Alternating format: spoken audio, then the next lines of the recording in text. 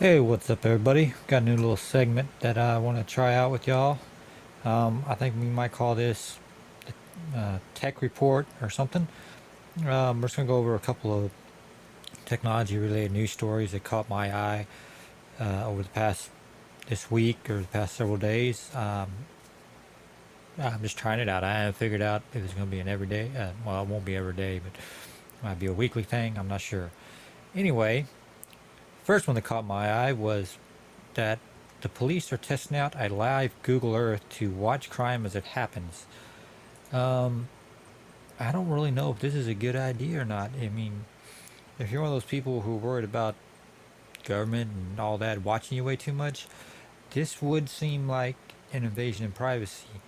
Now, this is an article on Gizmodo, I guess. I also saw it on USA Today and several other websites.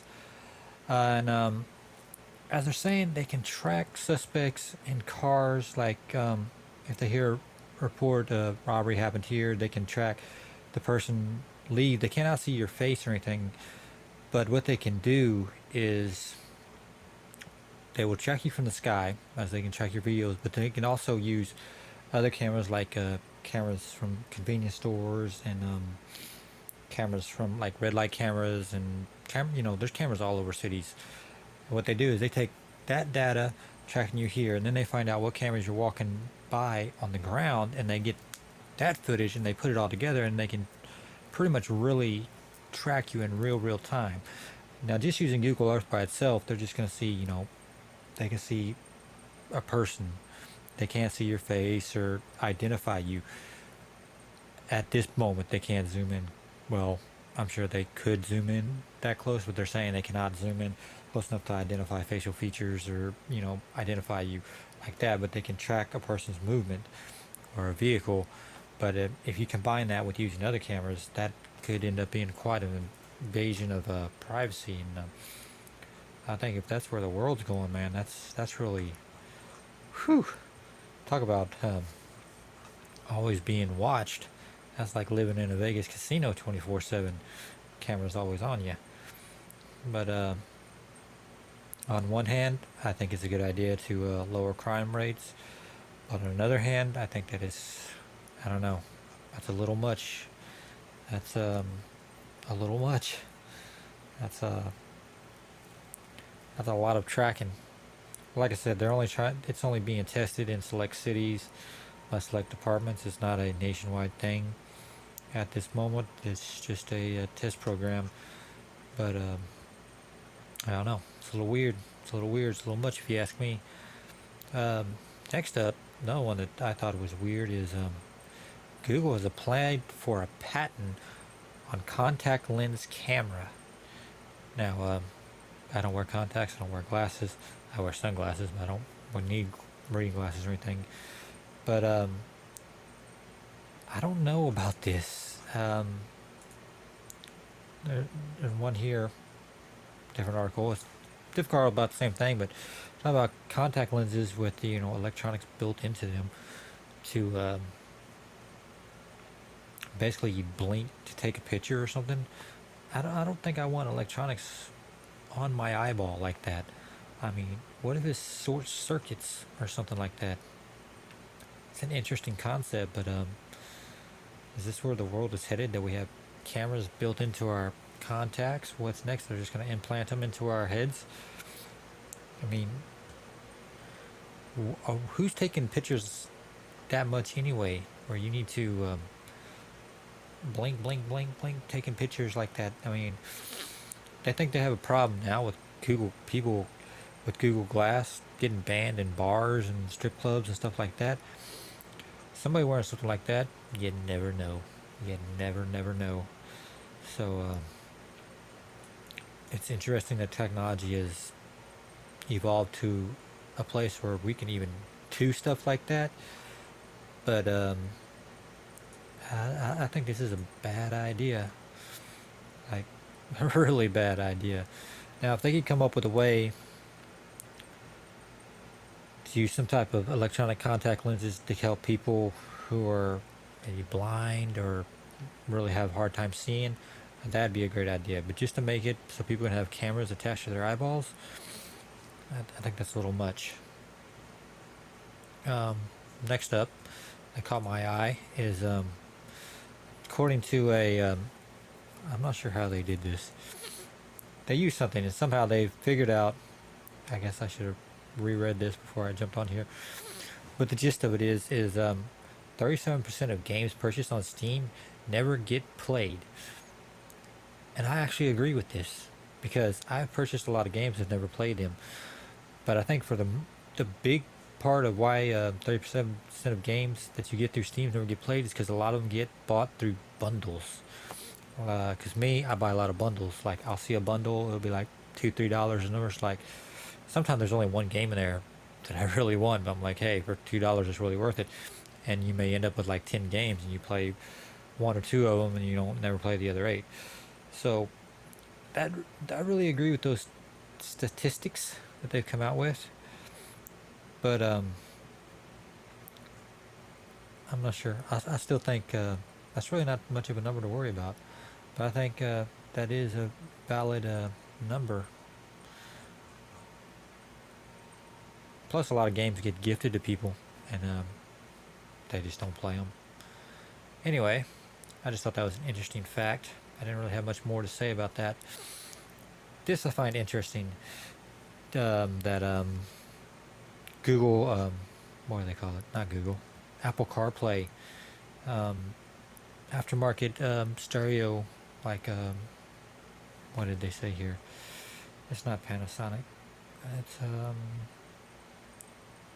I don't know who it is. A bunch of aftermarket stereo providers.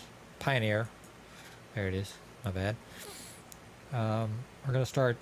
They want to start offering Apple CarPlay in their stereo systems, which could be kind of cool, depending on what kind of regulations Apple puts on them, which I'm sure there will be a lot. But I think that could be interesting, being that CDs are really on their way out, and it's great to be able, most people, they just load up their phones with MP3s, and the easier it is just to be able to connect to your car stereo would be really good. And also, since they're starting to pass so many laws, can't talk and drive and can't text and drive and all that, if they get it where you can pops up, place to your stereo, I think that's a really good idea. That could be really great. So I thought that was just something neat to mention. I didn't really. This is a spur of a moment idea for me, so I only have a few stories for y'all. Another one is this is kind of a good read. Is PC Magazine has or PCMag.com. They have a little article came out a couple days ago about what they think are the 5 best. Oh, hiccup! 5 best smartwatches, and the basic carbon steel. I don't really know anything about that, but I do agree with their picks on the Pebble smartwatch and the Pebble Steel smartwatch. I don't know about the Samsung Gear Fit or the Sony smartwatch. I don't have any experience with either one of them, but I've never used them. The one I like the most, the one I find most appealing, that I really want to get my hands on, is the Pebble Steel smartwatch.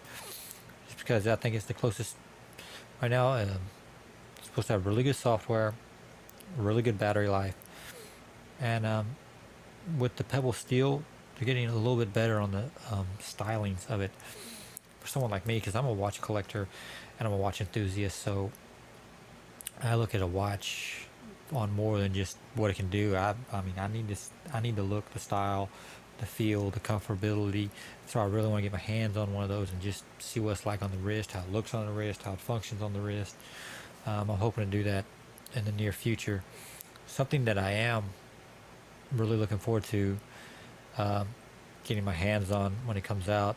And I actually got an email this week from Razer talking about it should be released at the end of May, the beginning of June, is the Razer Naboo Smart Band, because I've really held off on the whole smartwatch thing, because like I just said, I'm a watch collector. I have about 2 dozen watches or more, mechanical watches, automatic watches, quartz watches, and I wear different watches on different days.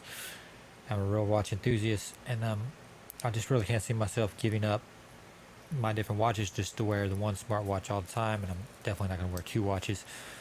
But the Razer Smart Band is more like a bracelet that I could wear on my other hand, that it may give me a good opportunity to try out some wearable tech that I would wear on a daily basis. So I'm definitely going to be getting one of those, hopefully the day they came out, and I'm going to test that out. That's something I'm excited about, that I'm hoping it'll come out soon. The reason it was supposed to come out at around the end of the first quarter, but they've decided they're doing a bunch of medical testing on it to make sure it's hypoallergenic, so people don't get a rash or have allergic reaction to the rubber or whatever materials they're using to make it. I'm not sure if it's rubber. I'm assuming it's going to be some kind of rubberized material or something like that.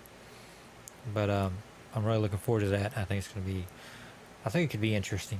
Razer is a pretty good company, and they come out with some pretty good stuff.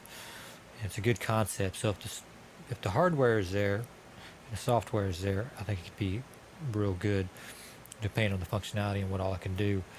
I know 17,000 developers signed up to make apps for it within the first, I don't know, it was like 24, 48 hours.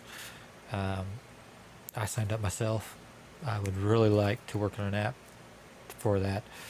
So we'll see how that goes. Anyway, that's going to be it for this first video. I guess I'm going to call it Tech Report.